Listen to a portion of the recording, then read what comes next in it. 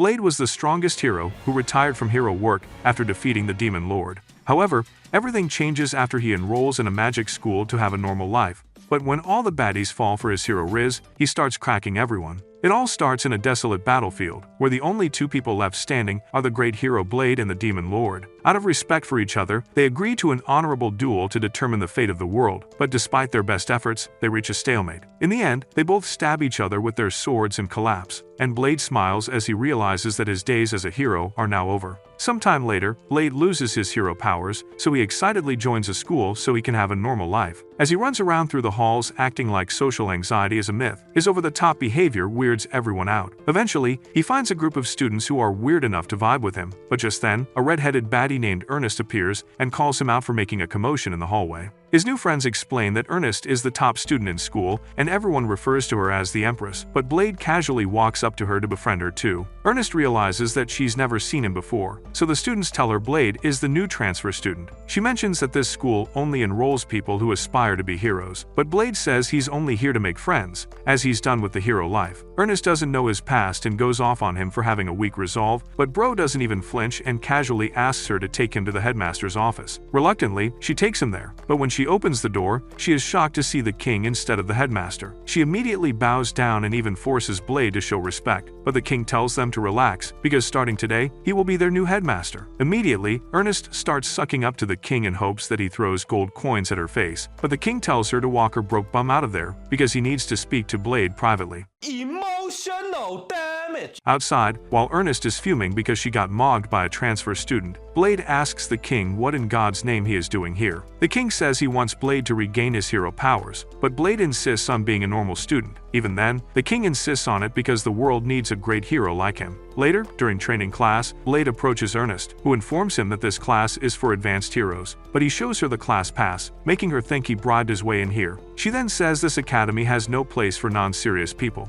but Blade says he's pretty serious about making new friends. When she starts fuming at him, Bro has the audacity to give her a head pat, so she swings his sword at him, but Blade casually jumps over her attack and leaves her shocked. Just then, a strange girl named Sophie approaches them, and Blade immediately starts annoying her, thinking she came here to be his friend. Meanwhile, Ernest gets curious about Blade's strength, so she asks the instructor to put it to the test. Soon after, an enchanted metal armor is brought to the arena, and Ernest asks him to attack it with his sword, stating that if he manages to slice through, he will be accepted into the class. However, Blade takes it a step further by charging up a super strong attack and obliterating the enchanted armor, which knocks out everyone in the class except Sophie. Just then, Ernest approaches him, looking like she got run through by 5 guys in a row, and asks who he is. He then looks back to see the extent of damage his attack did, and nervously says he's just an ordinary guy. During lunch break, Ernest is eating alone when Blade joins her, and even asks his other friends to join, but they say no. When he asks Ernest why she has no friends, she says everyone is scared of her, leaving him confused. The next second, he is stuffing his face with curry when Ernest admits that she was wrong about him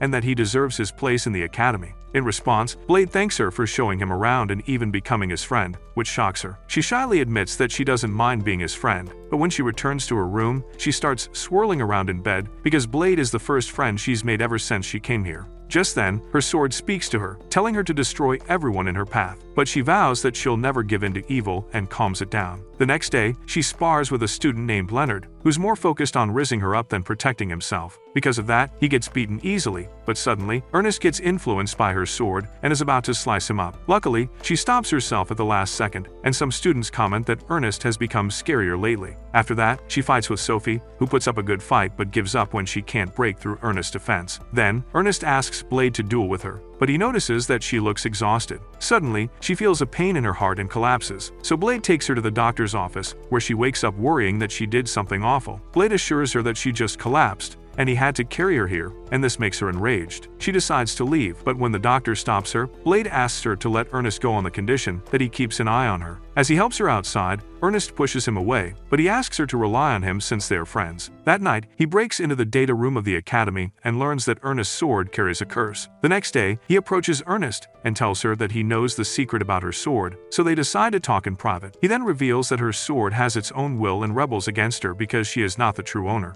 In response, Ernest reveals that when she was young, she found this sword and touched it, not knowing the consequences, and ever since that day, it has been trying to corrupt her. The only way to end it is to make the sword acknowledge her as its owner, but Ernest is scared she'll fail and release the demon sealed in the sword. Blade tells her not to worry, as he will defeat the demon if she fails, so she puts her faith in him. That night, she calls out the sword to accept her as the owner, causing the demon to appear before her. The demon challenges her to a fight, but thanks to Blade's support, Ernest accepts the challenge and faces the demon head-on. After a tough battle, she manages to tame the demon, and Blade catches her in his arms, making her smile. The next day, Ernest walks through the halls free from the sword's curse, and immediately notices that others aren't scared of her anymore. During training, Blade is aura farming by dodging multiple opponents at once, so Ernest tells him to show some respect and at least draw his sword. Blade comments that she looks a bit different, which completely throws her off, so she asks how, while posing like a model. After thinking hard on it, Blade says he has no idea, leaving her baffled. Leonard slaps him 1,000 times for noticing that the Empress has changed her hair,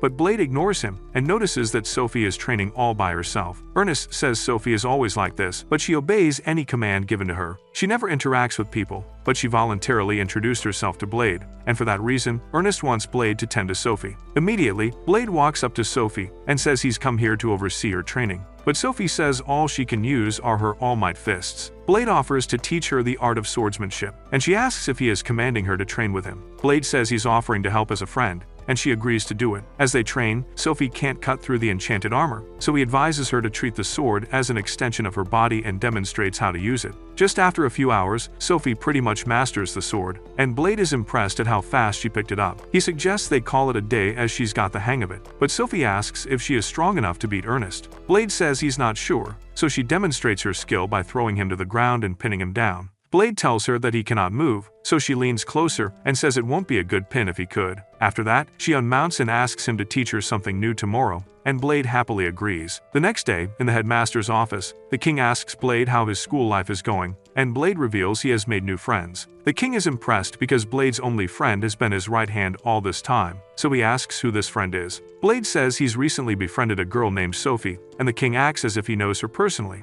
He notes that Sophie is pretty strong, but incomplete, because the goal was to make her a successor to Blade. Blade is shocked to hear this, so the king tells him Sophie is the product of the Artificial Hero Project, which was launched to create heroes using science. Sophie was one of the test subjects who showed great potential, so the researchers cloned her in a lab to perform experiments. The current Sophie is the 12th iteration of the original girl, and this information sounds so inhumane to Blade that he's about to commit war crimes against the king. However, the king tells him he has stopped the project, making Blade realize the king was never involved in this. The old man then reveals that when he found Sophie, he told her she was free, and she responded by asking if that was a command. Things finally click with Blade, so he runs off, thinking how Sophie was robbed of a normal life for the sake of creating a hero. He believes it is his fault, so he promises himself that he will give Sophie a normal life, but first, he needs to figure out what normal is. To seek answers, he heads to the infirmary, where the freaky doctor schedules him for a prostate exam, but he wants to know what is normal for people his age. She agrees to teach him everything there is to know about the vigor of youth by giving him the sloppiest of toppy, but Blade decides to keep his V card and ask someone else.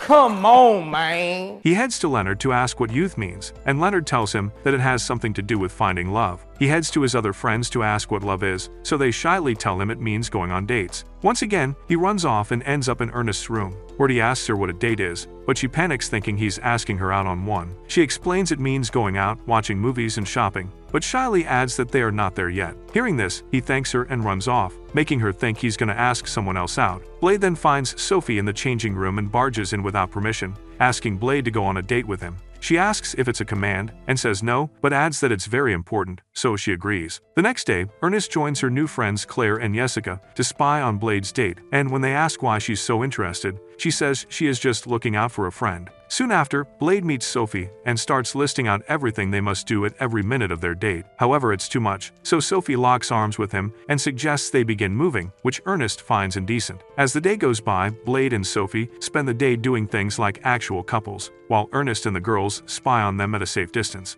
After a bit, they head to the arcade and destroy the punching machine, so Ernest apologizes to the owner and asks them to bill it to the academy. After that, Blade and Sophie order a couple's drink and try to finish it together like it's a mission. However, being too close to Sophie makes Blade jump out of his chair, and he doesn't understand why his heart is racing. Despite this, he sits next to Sophie cheek to cheek, and they finish the drink, making Ernest lose her mind. After that, the duo has one final spot to visit, but since they are running out of time, they decide to take a shortcut. Finally arriving at the fountain, Sophie admits she had fun today, but he does not understand why he's doing so much for her. Blade says it's because she's his friend, and Sophie becomes sad, saying she's being a bad friend because she's keeping a secret from him. She reveals she is not an ordinary human, but rather a test subject made to be an artificial hero. She then bends a fence while explaining that she has strange powers that let her alter the laws of physics, but she doesn't have full control over them. Just then, the fence picks her up and drops her from a normal height, but her impact destroys the floor. So she says she increased gravity by 1,000 times just by imagining it. She even stops time for a second, but starts panting, admitting that she can only do all that for 10 seconds before she drains herself. With all that, Blade also reveals that he is the former hero who lost his powers,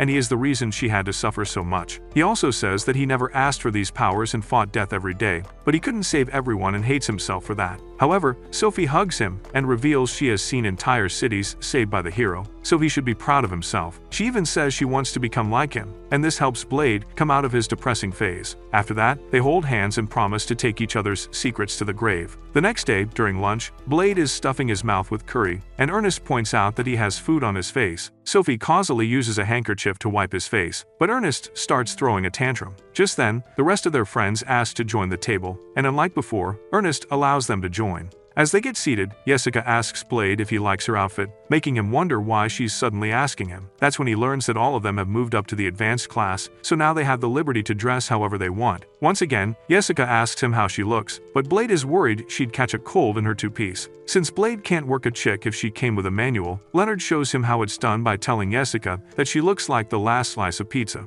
After that, Ernest tells them that the king is going to bring magical beasts into the school, and the boys start pissing their pants thinking they will have to fight said beasts. Blade is indifferent and starts eating again, but when the whole school starts having earthquakes, Sophie suggests they make everyone take shelter, and Blade agrees with a sigh. Turns out, a whole freaking dragon is roaming loose in the school halls, and while everyone is trembling with fear, Blade casually arrives with curry rice in his hand and shobwinks it in the face, causing the fat lizard to get knocked out. He then explains that this dragon is rather young and must be scared since it was dragged away from its home, so he shoves the curry plate in its mouth to instantly tame it. Everyone starts questioning who he truly is, and Blade anxiously tells him that he's just a chill guy. No one really buys his story, but before things get worse, the dragon transforms into a petite baddie, who jumps into Blade's arms and starts calling him daddy. However, Blade doesn't realize this and thinks that the dragon ran away while the girl came out of nowhere. So when Ernest and Sophie tell him the truth, he is as shocked as everyone. Once again, the girl jumps on him and addresses him as daddy,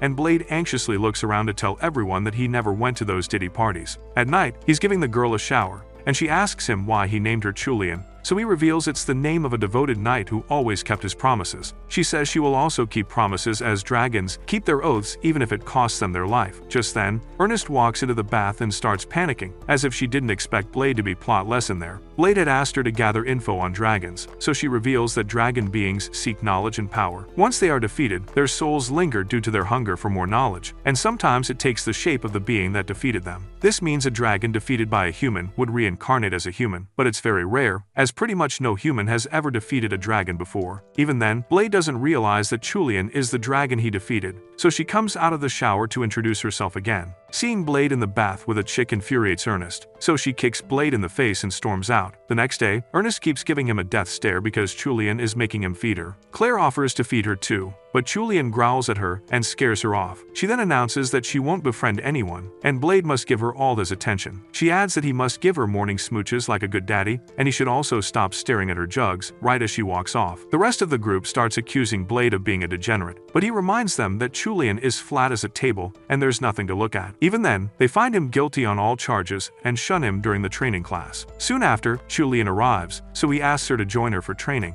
But when Charlie and others join him too, Julian strangely disappears. She takes a walk and runs into some students training in martial arts, and they invite her to join them. Julian turns them down, saying they're no match for her, but she feels and runs off. That's when she bumps into Blade, so she quickly shakes off her sadness and asks him to feed her. At night, while Julian is sleeping, Blade meets Ernest and tells her that Julian feels lonely here. Ernest suggests he stop acting like her dad, but Blade worries she will be left all alone without him. Hearing this, Ernest realizes that he really wants to take care of Julian, so she calls out Sophie, who's been eavesdropping all this time because she is also worried. After Blade assures her that everything is fine, Sophie leaves, and Ernest decides to head back before someone sees them and starts a rumor. After that, Blade heads to his room to see his window open, so he climbs to the roof where Julian is watching the sky. She says she feels good watching the two moons, as the big one feels like a parent to the small one. She mentions she used to watch them when she was alone in the wasteland, but also mentions that dragons live and die alone, so she doesn't need friends as long as she has her daddy. The next day, Julian meets the king, but Bro annoys her so much that she runs off to her room and starts playing with stuffed toys. When Blade walks into the room, he sees her playing and realizes she's role-playing by using dolls to represent everyone she knows. At first, he finds it cute, but when he realizes that Julian knows the names of every single student in the school, he starts to feel sad for her and leaves. Outside, he starts banging his head against the wall, but Ernest stops him before he hurts himself. Later, he reveals that Julian is dying to make friends, but dragons don't acknowledge anyone weaker than them, so she can only befriend someone who can defeat her in battle. Blade feels defeated because he can't be her dad and friend at the same time. So Ernest tells him to stop being a moron and asks someone else for help. The next day, they both ask the students to fight Julian and beat her, but everyone is scared because she's a dragon. Seeing this, both Blade and Ernest get on their knees and beg for their help, only for their friends to join and make the same request. At this, they agree to fight Julian, so she arrives in her dragon form to face the whole school. As the battle begins, everyone starts running away from Julian, but Ernest encourages them to keep their formation, motivating them to continue fighting. The students use battle formations to surround Julian from all four sides, and even though Julian proves to be a menace, they keep pressuring her. Eventually, the students land some good hits on Julian, and the king is impressed by their strategy. However, he points out that there's a flaw in it, and immediately, Julian destroys the entire front line with a tail swing. The king then reveals that ordinary attacks do not affect a dragon's scaled body, so they must think of another way to damage her. Within seconds, Julian takes control of the battlefield, but just then, Blade signals Sophie and Ernest to attack. Sophie goes up into Julian's face and hits her with a Detroit smash, while Ernest uses her cursed sword to engulf the dragon in fire. This enrages Julian, so she prepares to go all out, only to trip into a pitfall trap. The king tells Blade that this is cheating, but Blade reveals that it's fair because Leonard dug the trap after the battle had started. Even this is not enough to beat Julian, so the students barge in with their weapons, only to get flung around. Ernest uses her sword to land another nasty hit and sends Leonard to finish the job, but Julian doesn't let him come close. Julian then tries to take off, but Ernest once again spams her sword and knocks the big lizard to the ground. With her belly exposed, Shafi quickly reacts and punches her in the gut, but by now, everyone else is fully exhausted on the battlefield. Ernest is the only one left with some stamina, so she uses whatever she has left to use her sword to channel a strong attack. Seeing this, the king is impressed at her resolve, and it gets better when everyone else gives Ernest their spiritual energy. With her attack fully charged, she sends it towards Ernest, causing a huge explosion visible from miles away. After the smoke fades, Julian returns to her human form and Blade pats her head, telling her that she did good. Julian believes he will abandon her since she is weak, but Blade tells her she's not weak, it's the humans who are really strong. When Julian admits this, Blade asks if she can now befriend humans, and she says she will do it if they beg her. However, a slap from Blade fixes her attitude, and she shyly asks everyone to be her friend. Soon after, the king brings something new to the school, and when his assistant, Siren, asks what he is up to now, he explains he's arranged a more hands-on training method for his students. He adds that it's a thing called virtual reality, a once-lost branch of magic called science, and he can't wait for its completion.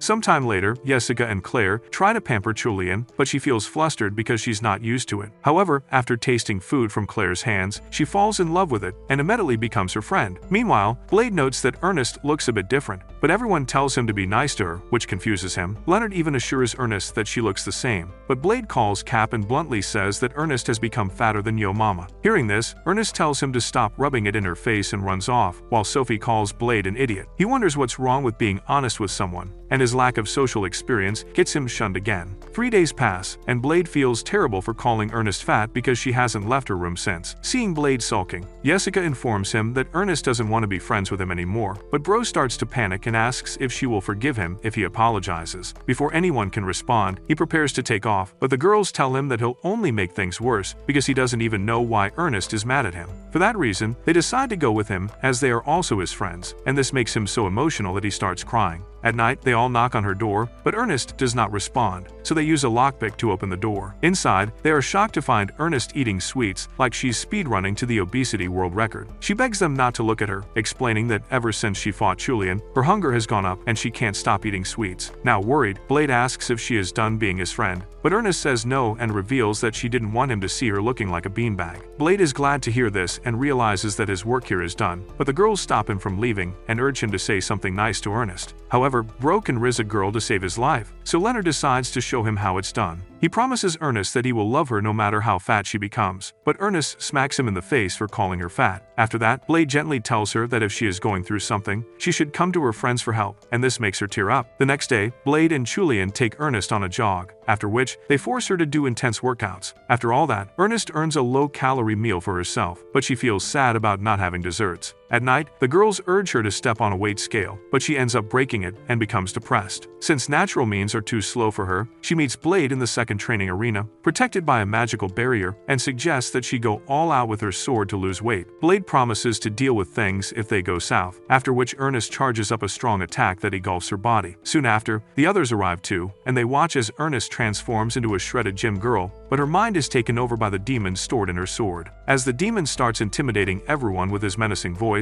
Ernest speaks out to it, explaining that she's using him to burn calories. The demon is bummed, but explains that this form grants her tremendous power, and she also burns 1 million calories in 1 hour while using it. At first, Ernest is beaming with joy, but when she reaches her limit, she collapses and a raging hunger takes over her mind. She gets so out of control that she tries to eat Claire, but Blade quickly takes action and puts an end to her gluttony. Later that night, they all visit her room and find her chugging down deserts once again, but she asks them not to stop her because she can lose weight again using her flame demon form. A few days later, Blade heads to the doctor's office for his regular checkup, and she tells him he's making slow progress towards regaining his powers. Blade is curious to know how far he's come, so she informs him that if he uses any more than 30% of his powers right now, he will be sent back to the anime gods. After that, he heads outside where Claire calls him and introduces him to her shy friend Maria, and Blade remembers that she was in the magic unit during the fight against Julian. Blade also remembers she kept tripping like an idiot all the time and even hurled a fireball at her own teammates, and he casually says that Gen Z would call her a klutz. Maria is super embarrassed because she knows how clumsy she is, but Claire says Maria has a favor to ask of him. Maria then says she wants him to take her life, but quickly explains that she means only when she loses control. She explains that she is not a human, and Blade can already sense that she is a night demon. Maria further explains that a magical beast with godly powers resides inside of her, and because of that, she sometimes loses control of herself. Until now, she was able to subdue her rage well, but things went downhill for her ever since she fought Julian. She is worried that she will be kicked out of the academy and won't have anywhere to go because both her parents have passed away, and she really wants Blade to be the one to put her down if things go south. Blade tells her he understands her position because his dad left to get Noke too, and they all unanimously agreed to help Maria, making her happy. That evening, they all gather at the second arena, where Blade asks Maria to unleash her true powers. Ernest wonders if the barrier would be enough, so Blade reveals that he asked Jessica and Claire to crank it up to the max. Even then, Maria is really anxious as her powers are dangerous, but Ernest is living proof that demons can be tamed. Even then, Maria is scared, but Ernest gently tells her to listen to Blade because he's saved her many times. Finally, she listens to them and starts removing her weights like Rock Lee, explaining that each of these weights limits her powers by half. After removing 4 of these, she removes a necklace that limits her powers to 1/10, so in total, she is nerfing herself a total of 160 times. Hearing this, Ernest realizes something and tries to stop her, but it's too late, and she gets flung back by a strong wind. After that, Maria grows a rack and some wings, and as she flies up like Millennia Phase 2, Blade realizes she's transformed into the Demon King. As the Demon King laughs hysterically, Ernest quickly pulls out her sword to attack, but she's stripped of her plot armor in a second. Leonard tries too, and is swatted like a bee, after which Sophie strangles the Demon King and uses her hero powers to hold her in place, only to pass out after 10 seconds. Just then, Julian charges up a fire attack and shoots at it, but she easily deflects it back towards her. Blade is the only one left standing, but as he attacks, the Demon King doesn't even dodge and asks if he's trying to take her alive. Blade admits to it, which makes her laugh, so she demands that he fight her seriously or she'll end him. Blade tries to attack her again, but she deflects all of his swings and attacks him with a sun ray, which shatters his sword. Immediately, Ernest hands over her sword to Blade, and the demon inside agrees to let him control its powers because that's what Ernest desires. Seeing the weapon, the Demon King says she's excited to see how long it lasts, but Blade says he'll finish the fight in one blow, making her laugh again. He then charges up a strong attack, but it's so strong that even the demon within the sword tells him to take it easy. Blade ignores his yapping and swings at the Demon King, but she simply puts up a shield and admits she's impressed. However, her smile fades with cracks forming on her shield, and Blade manages to overpower her. After everyone is knocked out, Blade passes out too, but wakes up to the freaky doctor burying his face between her wagamamas. She then hugs him and scolds him for being so reckless, adding that he would have died if he had used any more of his powers. Blade apologizes for worrying her and asks asks about the others, and the doctor tells him everyone, including Maria, is fine. The next day, Blade meets the king, who admits he was the one who brought Maria here, knowing all too well she had the Demon King hidden inside her. He reveals that Maria's late mom was a human,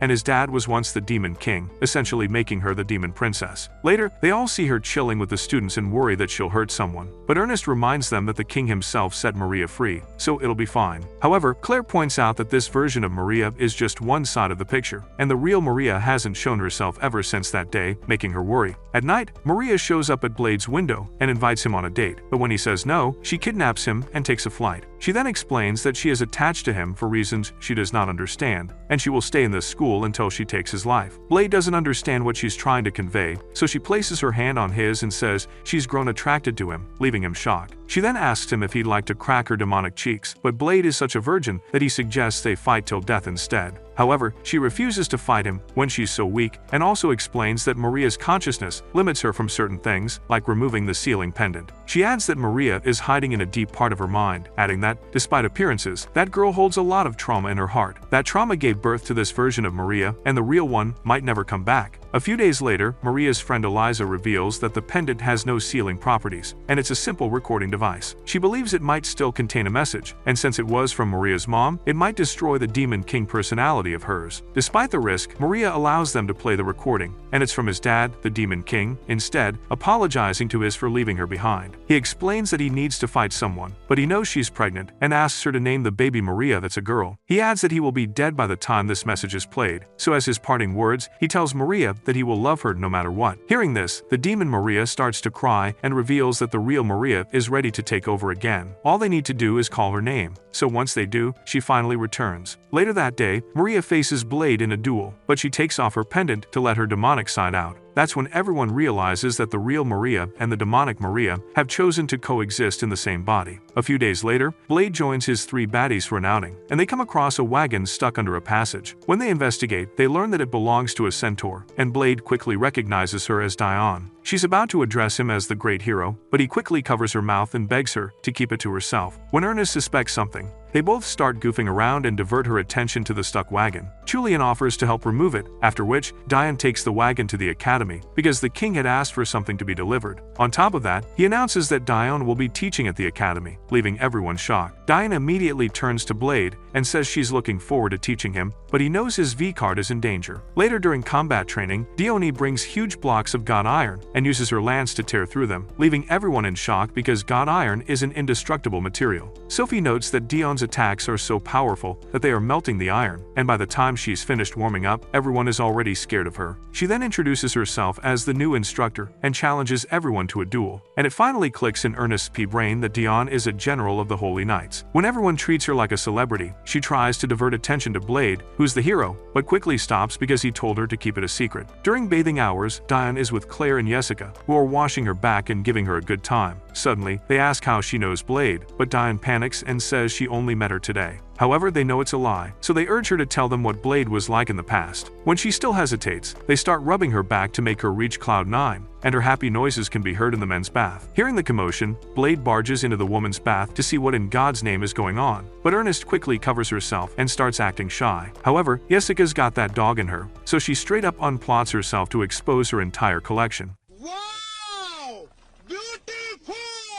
After that, Doyne starts telling the girls about the time she first met Blade, and Maria quickly covers his mouth to stop him from intervening. Dion continues, saying that Blade was nothing short of a wild animal back then because he tried to bite her bum. A few years later, she became strong enough to be on the same party as the hero and even had him ride her back. However, the hero forbade her from joining in the final battle against the Demon King, and Dion believes it's because she wasn't strong enough. All this time, Blade is hiding himself so no one suspects he's the hero, but Sophie assures him that he's in the clear. She also feels happier as she's the only one who knows, only for Blade to reveal that Maria figured it out too on her own. The next day, Blade is shopping with Ernest and suggests they bring cabbages for Dione because she loves to eat them. Ernest then asks what the nature of his relationship with Dione is, but just then, a wild simurgh appears, and Ernest reveals that it is a sacred bird. Just then, another one appears, but Ernest is chill because they never attack humans. However, a cart passes by her and the bird destroys it, making Ernest think the bird aimed for her. She reaches for her sword, but Blade tells her not to do anything stupid, so she puts it away and the birds fly away, leaving her confused. Blade then then explains that the birds went after the wagon, and he believes the king must have done something stupid again.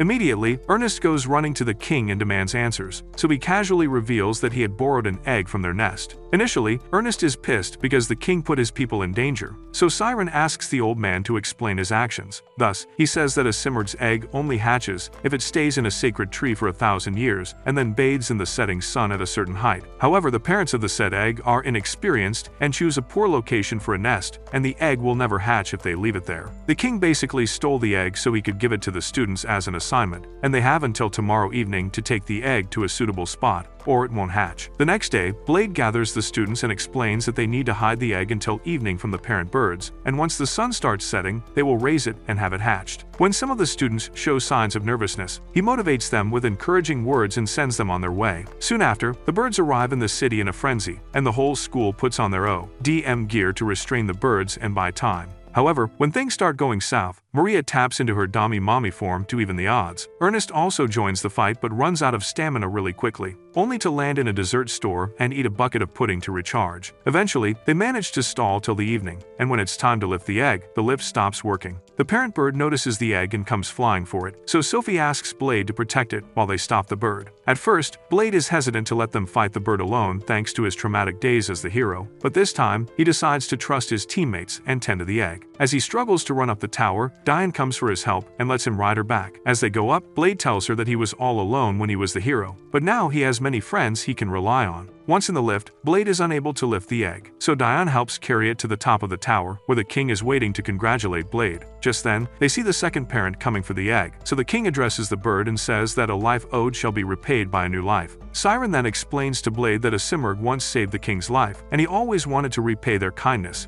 and thanks to Blade, he can finally repay his debt. However, the simurgh doesn't understand this and flings the king away, but Sophie arrives and uses her powers to freeze time for 10 seconds, which allows Blade to use his own hero powers and knock the bird down. Afterward, they both run out of juice, but luckily, the egg hatches and 2 simurgh come out of it. The first thing they see is Blade, so they imprint him as their parent. A week later, both birds are big enough to fly, and as Blade gets a free ride, he cannot be happier as he's made so many friends. However, just a few days later, Blade walks through the school halls, slaying students left and right for reasons unknown. Eventually, he comes across Sophie, who, in an attempt to stop him, challenges him to an all-out duel. After Blade agrees, she uses her hero powers to stop time, close the distance, and lands several fatal blows on him. But when the time starts again, she is shocked to see that Blade is still standing without any damage. Immediately, he pins her against the wall and reveals he was using a technique that makes his body invincible for a bit, and after that, he slowly thrusts his sword into Sophie's gut. She then collapses and bleeds to death, and Blade shows no remorse whatsoever. That is because it is all in Lee's head, as he is inside the virtual reality machine, which the king created to put him in a real combat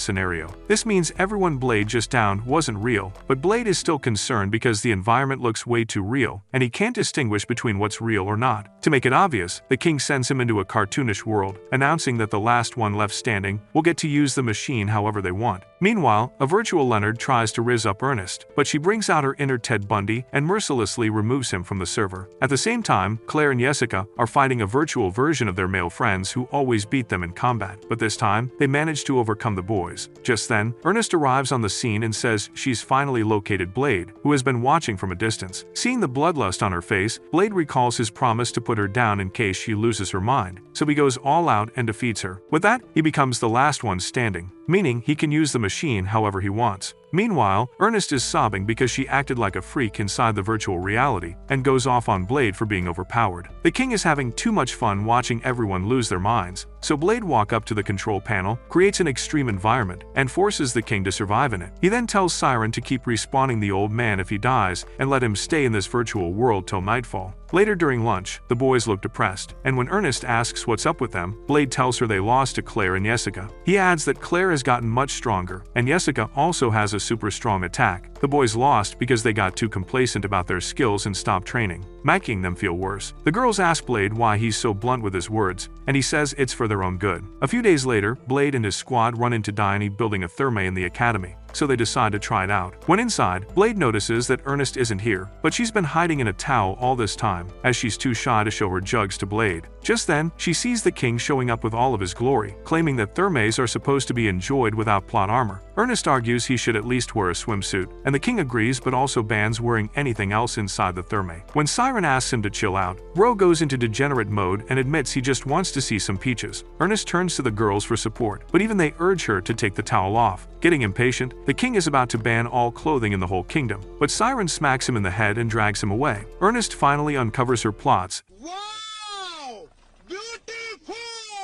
and tells Blade not to stare, but Blade is indifferent to her 10 out of 10 body. Meanwhile, Claire and Jessica try to cheer the boys after their loss, but they are convinced they lack the skill to be strong. As a last resort, Claire apologizes for winning, but this makes things even worse, so they run off crying. At night, Blade decides to talk to them, but they are still upset about losing. Blade asks what the big deal is, so one of them, Clay, admits that he likes Jessica. The other guy, Kasim, also confesses that he likes Claire, but Blade has no idea they're talking about liking them in a romantic manner. Just then, Julian barges into the room and tells them to stop being sissy boys and become strong because shawties like strong men. The boys agree to this and ask how they can become strong, so Julian suggests they ask Blade to train them. Meanwhile, the girls are hanging out when Jessica mentions Clay and Kasim have been avoiding her for days. Claire suggests they lose to them on purpose, but Ernest and Sophie advise against it. Just then, Julian barges into the room and tells them to become stronger because guys like powerful shawties. The girls say they're not trying to make the boys fall for them, so they want to skip training for a few days and let them catch up. However, Ernest is strictly against it and suggests they train even harder. For the next few days, Clay and Kasim undergo intense training until they are finally ready to beat the girls. Then one day, they log into the virtual world and challenge the girls to a rematch. As the duel starts, the girls try to end it with a single strike, but the boys use spirit arts to counter their attack. Ernest is shocked that they learned how to use it, and Blade says it's thanks to the training. Just when it seems like they're winning, the girls use spirit arts too, and Ernest reveals she trained them for it. In the end, the girls manage to beat the boys once again, and at the end, the boys thank them for not going easy on them.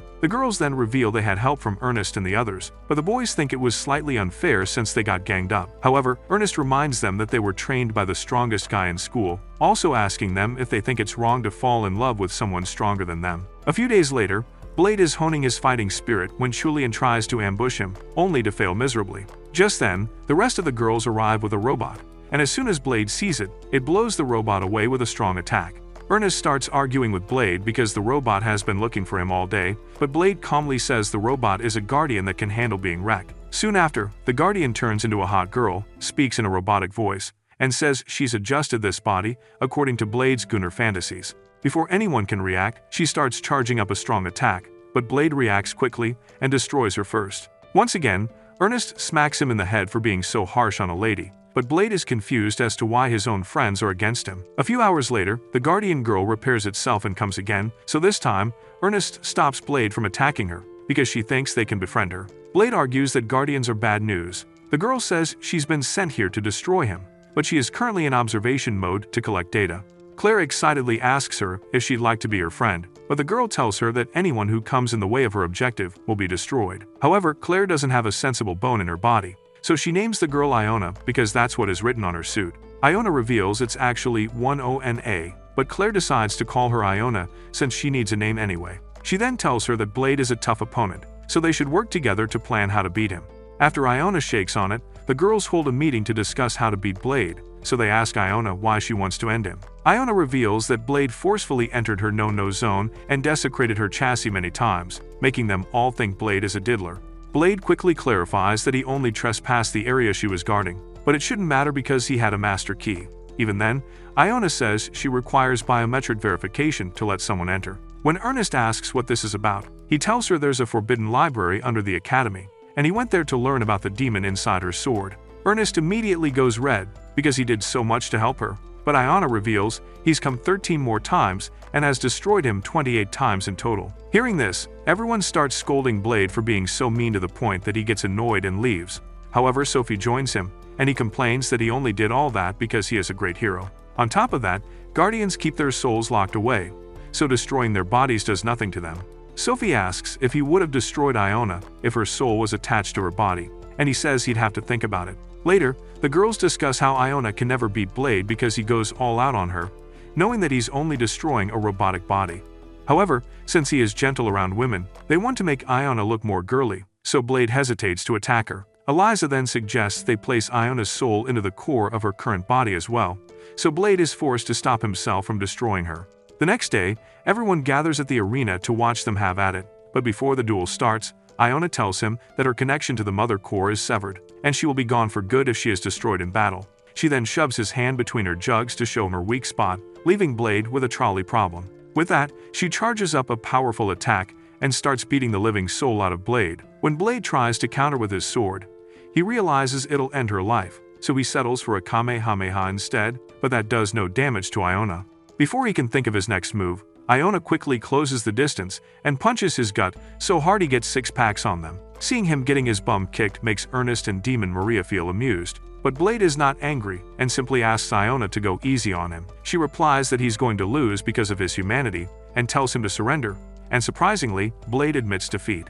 Immediately, everyone starts cheering for Iona, which makes her smile, and Blade is shocked that a robot is capable of having emotions. During lunch, she goes back to being emotionless, and the girls figure she's dealing with an internal problem. Iona confirms this and asks if it's wise to discuss her problem with others, and Claire politely tells her she can rely on them. She explains that every time she completes her mission, she gets a new one from the Mother Core, but ever since she disconnected and connected back to the core, she hasn't received any response from the Mother Core. She believes she has been deemed a defective model and kicked out of the server. So she turns to Blade and asks if she can call him Daddy. When Blade says heck no, she reveals that without a master giving commands, Guardians go berserk, so she has a self-destruct mode that will activate in some time. Immediately, Eliza checks the timer and sees that they have 84 hours to figure this out, so Blade agrees to become Iona's master to stop the count. Later, Iona dresses up as a busty maid and brings him lunch, and Blade already feels exhausted from having an android up his nose all the time. Just then, Sophie shows up and starts beefing with Iona, accusing her of copying her traits, like the expressionless face and the monotone voice. On top of that, she is mad at Blade because she never gave her any command, yet he bosses Iona around. In that case, both of them decide to test who is more deserving of Blade, leaving him anxious. The next day, Sophie shows up wearing cat ears to tempt him, but Iona had the same idea, except she wore cat ears. Because of this, they lock into a staring contest and decide to settle it with unarmed combat. However, things get too heated, so Blade smacks them and disqualifies them both. That night, they both try to win him by bathing him, and after that, they show up at his room to watch him sleep. He ignores them and falls asleep, giving the girls some time to talk. Iona admits she doesn't hate this, as she's always been alone before this, and Sophie also reveals how Blade helped her link up to the rest of the world. In the end, they decide to befriend each other, which makes Blade happy. The next day, while they're having lunch, Blade asks Iona to show him her counter, and once she does, they realize it is still going down. Blade asks Iona what she wants to do, and she says she would like to stay with them until her last moment. After that, she will go to a faraway place to self-destruct so no one gets hurt. That night, the whole school throws a farewell party for Iona, and Sophie urges her to try her best and have fun. As the party goes underway, Jessica reveals that Blade is nowhere to be seen, leaving Ernest quite frustrated. Soon after, it's time for Iona to go, so she creates a barrier around herself and starts saying goodbye to everyone. However, once the clock expires, she does not explode, and Blade appears just then, revealing that he went to the Mother Core and convinced her to restore the connection with Iona. After Iona confirms this, everyone starts cheering, and Sophie tells Iona to do what her heart desires. With tears in her eyes, Iona pins Blade down and starts snuggling him like a cat. A few days later, the Academy holds a battle royale to hone the students' skills, but Blade ruins it for everyone by taking an early chicken dinner. Leonard is the last one standing and confidently charges up his attack, so everyone cheers for the underdog to beat Blade. Seeing this, Leonard gets hyped and wishes to riz up Ernest, but she doesn't even know he's still fighting, which makes him feel like an idiot. In the end, he charges Blade down but gets humbled in a second, so everyone walks away knowing there's no one here who can stand against Blade. At night, Leonard reflects on his humiliating loss and promises to himself that he will come back stronger and riz up Ernest. At first, he heads to the forge to repair his weapon, and the next day, he's approached by Maria, who says she is also fed up with living under Blade's shadow. She vows to become strong enough to stand by Blade's side, making Leonard wonder if she's developed feelings for Blade. However, Maria quickly dismisses it and says she's developing a rivalry with Blade. She also praises Leonard for facing Blade head-on, knowing all too well he's going to get beaten, and Leonard also offers her words of encouragement. Just then, Eliza appears and tells them they won't beat Blade with just words, so she offers to lend them a hand. Later that day, Leonard forms a committee and invites the entire main cast, with the exception of Blade, and rallies them to figure out a way to beat Blade in combat. Jessica and Claire suggest attacking Blade while he's asleep, but Ernest believes that's cowardly. However, Eliza argues that Blade having so much plot armor is more cowardly, and everyone agrees. Ernest once again argues that they should rather fight him head-on and target his weaknesses. So Claire says sleeping is also one of his weaknesses. In the end, Leonard suggests they each try their own methods of beating Blade, and they all vow to take him down. The next day, Ernest fights Blade head-on using Leonard's lance, but Blade destroys it within a second, leaving the man crying. That night, while Blade is asleep, Jessica sneaks into his room to beat him, but Iona, who never sleeps, blows her away. Later, Jessica reminds Iona that she was in on the plan, but Iona says her defense system activated on its own. At this, Leonard announces that he will fight Blade next with his renovated lance, but it's really just duct tape holding it together. As he charges it up, the lance breaks into a dozen pieces, leaving him crying again. During lunch, Maria notices that Blade is vulnerable, so she taps into her demon form to attack him, but Bro beats her up without even looking. The next day, Sophie challenges Blade in a hand-to-hand combat, but Bro tells her to talk to his hand. Claire also tries but fails miserably, so Clay and Cassim team up and try to distract Blade using cheap tactics, which obviously don't work.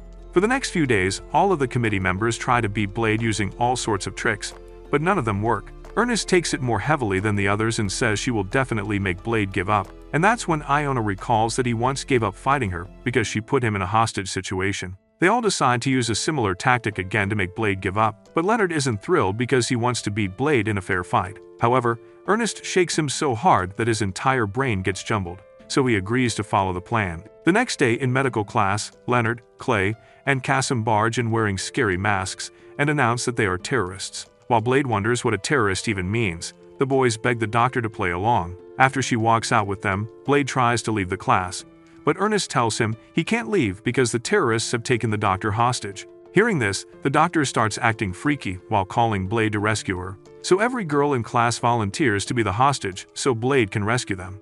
Seeing all the commotion, the doctor just walks away, and the supposed terrorists hold all of the girls hostage. The girls then beg Blade to save them, but Blade doesn't even understand what the word hostage means, so he just sits there chilling with Julian. To make things worse, he calls the boys by their names and asks what in God's name they are doing, making them realize he knew it was them all along. They immediately throw their masks away and sulk over their foiled plan. But Blade is so dumb that he still doesn't realize what's happening. Seeing this, the boys continue with their plan, and Cassim takes it a step further by diddling Ernest and Claire, which earns him a punch to the face. After that, Leonard explains to Blade that they're making him admit defeat using hostages, but Blade says that won't work a second time. Thus, he puts a sword to Ernest's throat and makes her beg for Blade's help. They all urge him to admit defeat, but Bro just swings his sword and destroys all weapons and armor that the boys were wearing. As a last resort, Ernest suggests they launch an all-out attack on Blade, but they're all defeated within seconds. In the end, Blade thinks it was just a make-believe game and asks the girls how he did, and they tell him he did fine to stop him from beating them up. A few days later, Blade sees some people wishing a girl happy birthday, but he doesn't even know what birthday means. Ernest sees this and tells the others the Blade doesn't even know his own birthday, and Dione adds that they don't even know his real age. When Dione found him, he was already walking, and that day is coming up next month.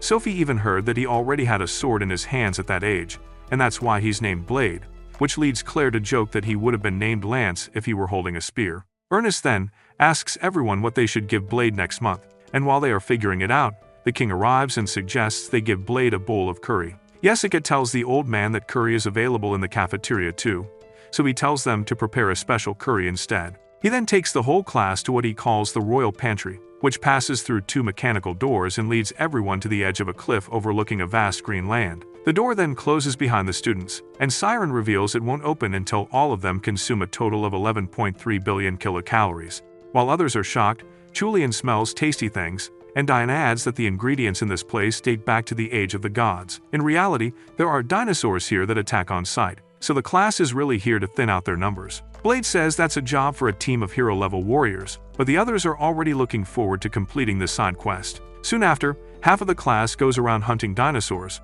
and after catching one, they bring it back to the newly built base. Seeing everyone work hard makes Blade happy, so he decides to relax in the hot spring while others do the work. Just then, Ernest arrives and asks him not to stare too much, and once he promises, she gets into the hot spring with him. She then sees several scars on his body and asks how he spent his childhood, and Blade says all he remembers is fighting 24/7. She asks if he was fighting to become stronger, but Blade reveals it was for survival because if he didn't fight, he'd be sent back to God. Hearing this makes Ernest sad because Blade never had a normal life, so she gets closer to him to give him a sloppy toppy. It should have been me, not him! Just then, Claire comes running in and pushes Ernest away from Blade, leaving her embarrassed. A few weeks later, the class has built a whole civilization in the pantry, and Iona reveals they have reached almost half of their calorie goal. Soon after, the king shows up to meet the students and notes that the original task is too easy for them now, so he has come with a special challenge. He wants them to gather all the ingredients on the list, and everyone accepts the challenge without hesitation. At first, they head into a cave where they find a cabbage whose face resembles that one thing you guys are dying to get your hands on. Ernest quickly cuts down its tentacles, but the cabbage attacks again, so she activates her sword's demonic powers to try to roast the cabbage. Sophie then reminds her that they need it raw, so Ernest backs off and asks everyone to charge at once. Even without Blade's help, they easily defeat the cabbage monster and immediately head to the cornfields to fight a special boxing corn. Blade is ready to cut it down, but Sophie says weapons would ruin it, so they must beat it by the rules of a boxing match. Blade suggests Sophie take this one because she uses fists to fight, but substitutions are not allowed, so Blade has to participate. Immediately, the boxer corn starts beating him up, so Blade gets pissed and throws a few punches back. In the end, he only manages to draw, but that's enough to capture the corn. After that, they go around the pantry gathering the other ingredients on the list, each one wilder and more dangerous than the previous one. After getting them all, they celebrate with a feast back in base, and the king tells them they will face one final boss tomorrow that will decide everything. The next day, they gather under the tallest tree, and Iona reveals it's the richest in nutrients. Just then, a giant monster called the Beast King arrives, and as the squad prepares to fight it, the king watches from a distance, like an amused spectator. Just as Blade prepares to fight the Beast King, something slices the monster in half, and Blade looks up to see a behemoth nearly 10 times larger than Beast King. The monster is so big that even Blade feels nervous, but Ernest and the others confidently join him in the front and vow to turn this behemoth into a nice medium-rare steak. Working together, they charge the monster down, and despite taking some damage, the heroes do not falter. When the behemoth charges up a laser attack, Leonard uses his lance to create a barrier around the heroes, and Blade realizes he will have to use hero powers to take this monster down. Maria is there too and reminds him that he will die if he uses too much, so Blade decides to transfer his spirit energy to Maria so she can do it instead. Maria is in her Demon King personality, so she kisses him to repay the favor, after which they launch their counterattack. As the others pin the behemoth down, Blade and Maria work together to slice it in half, and Blade is so exhausted that he falls into Maria's lap afterwards. The next day, Blade returns to the academy and learns from the freaky doctor that he has unlocked a little bit more of his hero powers, all thanks to all the ancient animals he's been eating. Immediately, he runs off to eat more, but when he enters the cafe, he has thrown a surprise birthday party. Ernest explains that people who don't know their birthday celebrated on the day they were fostered, and he was taken on this day 18 years ago. Blade is shocked at it, but the shock turns into tears when he tastes the tasty curry his friends made. A few days later, Blade teaches Clay how to use spirit arts, and he pulls one off successfully. While he's hyped up, Blade tells him he's far from where he needs to be, and he promises to keep practicing. Just then, Sophie shows up, and Clay urges her to give it a try as well, thinking she doesn't know how to use spirit arts. However, Sophie uses the same attack as Clay, but with a much stronger output, and Blade reveals that is how the attack is supposed to look like. Just then, another Sophie appears and tells everyone to get away, leaving everyone shocked. As the crowd forms, the duplicate Sophie takes her leave and runs back to her hideout, where other variants of Sophie are hiding. This one is called Un, who is mocked by another named Troyes for failing her mission. At this, Un asks a third member called Sink to smash Troyes, leading to an infighting. While that's going on, another variant named Dues asks Yoon how the mission went, but Yoon gives her a vague answer. Dues then suddenly kisses Yoon, because they can share data by kissing. After that, Yoon kisses each one of them, and transmits the data of her using spirit arts, only to get scolded because that wasn't her mission.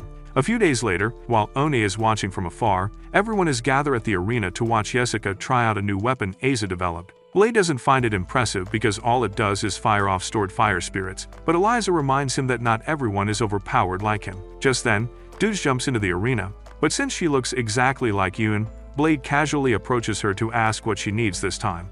She straight up asks Blade to turn her into a single mom, leaving the other girls blushing. However, when Blade says no, she announces that she'll end him and swings her scythe, which Blade easily blocks. Seconds later, they're both swinging their weapons at each other with insane speeds, and after realizing she can't beat him, Do grabs his hand and places it on her peaches to throw him off. Just then, the real Sophie arrives, and when she sees Blade's hand, she gets furious and challenges Deuce to the duel. However, Du says adios and skedaddles out of there. After she leaves, Ernest points out that this is the fourth time they've encountered a fake Sophie, each using different weapons, but Blade already knows what's up. During lunch, Ernest wonders if those girls are Sophie's sisters and suggests they enroll them all in the academy. Claire points out that they all want to game end Blade, but the others reveal that they also try to end him during duels, so it's routine for Blade. After using the remaining 2 of her brain cells, Ernest concludes that all those girls are assassins, and Sophie plants her face on the floor after realizing how late they figured it out. Blade says he knew from the start, so Ernest scolds him for not acting the least bit scared. However, Sophie says she will protect Blade no matter what, which worries him. Meanwhile, at the duplicate space, Sync is laughing at her girls for failing to assassinate Blade, but just then, their creator calls to them and urges them to show Blade that they have surpassed him. That very night, Sophie sneaks into Blade's room to check up on him, and Iona immediately senses her. She assures Sophie that Blade will stay safe under her watch, but to make Sophie feel better, she asks her to stay the night. Sophie says no and walks away, promising that she will protect Blade no matter what, even if it costs her her life. Outside, she runs into Yoon, who is determined to take Blade's life. However, Sophie tells her she can't even beat her, because Sophie is the final model with the latest tech, and everyone before her is old tech. Confirms this, adding that the old tech means they have much shorter lifespans. So Sophie asks her to use the little time she has to enjoy life. However, Yoon refuses and attacks her, but Sophie quickly pins her down and refrains from printing her fist on Yoon's face. After that, Yoon gets up and walks away, telling Sophie that she will be waiting. The next day, inside the virtual world, the squad runs into Sync, who immediately starts attacking them with her giant fists. Everyone starts running away, but Sync catches up to Blade and pounds him harder than Johnny Sins pounds those hoes. Her punches are so hard that not even plot armor can protect Blade, and he regains consciousness later. Ernest tells him Sync left, and Eliza reveals Sync had no idea they were in a virtual world, so she believes she actually unalived Blade. Soon after, Sync realizes what's up and returns to attack Blade alongside trios, and they cause havoc in the school building. Blade and Iona lure them to another section of the academy, where Ernest and the others are waiting to ambush them. When their initial attack fails, Ernest uses magic to knock out Troyes, but this leaves her wide open to Sync. Luckily, Blade uses the same spell as Ernest to defeat Sync, shocking Ernest because he's never used magic before. However, Sync and Trios get up and use their hero powers to create a black hole. Blade thinks it will vanish after 10 seconds, only for Iona to reveal that it won't after it's already created. The black hole starts sucking everything inside, and in that moment, Sophie arrives and uses her gravity powers to stop the black hole. Just then, Yoon and the others roll up with insane aura, and after retrieving Sync and Troyes, they dip. At night, Sophie regains consciousness, and Blade finally asks them who those girls are, and she admits they are lesser variants of her. Blade wants to befriend them, but Sophie says their minds have been programmed to assassinate him, unlike Sophie herself, who was rescued before any neural modification. Knowing that her sisters will never change, Sophie breaks down, so Blade hugs her to make her feel better. At night, Blade falls asleep in the infirmary, not knowing that Sophie has left on a solo mission. That night, King reveals that Sophie has left a notice for him saying she's withdrawing from the academy. Ernest is pissed that he didn't stop Sophie, but the king says students have the authority to leave whenever they want. Ernest starts going off on him for not caring, but that's when she sees that the king is extremely sad to see Sophie go. She then promises to bring her back, and Blade already knows she left to meet her sisters. Jessica has the locations of all their bases, so they want to leave immediately, only for the king to ask them why they think Sophie left. He explains Sophie didn't want them to get their hands dirty, and the only way to make her come back is to end her sisters. Ernest believes there must be another way, but the king says Sophie wouldn't have left if there was another way. Later, Blade is about to go on a search quest, but Julian and Iona want to come along. Maria comes along too, admitting that both her personalities consider Sophie a friend. With that, they begin their journey, but at the entrance, they spot the rest of their friends waiting for them. Later, Sophie is spotted by Ernest at one of the hideouts, and when Ernest tries to talk to her, Sophie just tells her to leave her alone. Ernest tries to reason with her by saying we know what she is trying to do, but Sophie says she's hiding something important from them. She then gathers all of them and finally reveals that she is an artificial human who was created to surpass the great hero. Although the research was shut down, some of the research was stolen, and her sisters are the byproduct of it. Since she mentioned they are after the great hero, Ernest questions why they are attacking Blade. Sophie can't tell her Blade is the great hero, so Ernest believes those variants are just testing out their powers against Blade because he is super strong. Sophie decides to play along with their story and then apologizes for causing them so much trouble. She admits she never thought she would live like a normal girl, and her short-lived fantasy has now come to an end, so she's going back to where she came from. Despite her emotional speech, Ernest smacks her in the head, telling her that there is no reason for her to stop living her fantasy. She calls back to how strict she used to be just a few months ago, but thanks to Blade, she changed and made a lot of friends. Ernest is ready to take down Sophie's sisters if that's what it will take, but Blade refuses to accept it as the only solution. Sophie still thinks it's the only solution, and her sisters don't have much longer to live anyway, but Blade wants to save them still. Everyone agrees with Balda's idea, so they turn to Eliza, who already has a plan. Meanwhile, the sisters are in a different hideout when they receive a letter from Blade challenging them to a duel. Un reads this and vows to end this nonsense once and for all. Meanwhile, everyone is eagerly waiting for the sisters to show up at the arena, and they soon arrive with full force to defeat Blade, who has Eliza speaking in his earpiece to guide him. They have a plan, but even then, Ernest feels tense because all she can do is watch. When the sisters start attacking Blade, Eliza tells him not to beat them but rather drain them of energy. And in the meantime, Dione and Siren are on the lookout for the mastermind behind the assassination. Once they find him, they will force him to reprogram the sisters so they can live a normal life. As the battle continues, Blade finds himself cornered, and Ernest is about to jump in, but Sophie tells her to have faith. Soon after, Deuce uses hero powers to exhaust Blade before making shadow clones, but just then, Jessica throws him Eliza's stored spirit bullet, and he uses them to blast away the clones. This causes Deuce to deplete her powers, so when another tries to rush him down, Leonard throws him his own spirit bullet so he can cast shield, which exhausts another one of them. With Blade's sword broken, Sync starts smashing with her giant fists, so Blade asks Ernest to throw another spirit bullet. However, he is unable to catch it, so Sophie quickly jumps in and helps him. She then urges him to use her hero powers for himself, saying that her life belongs to him.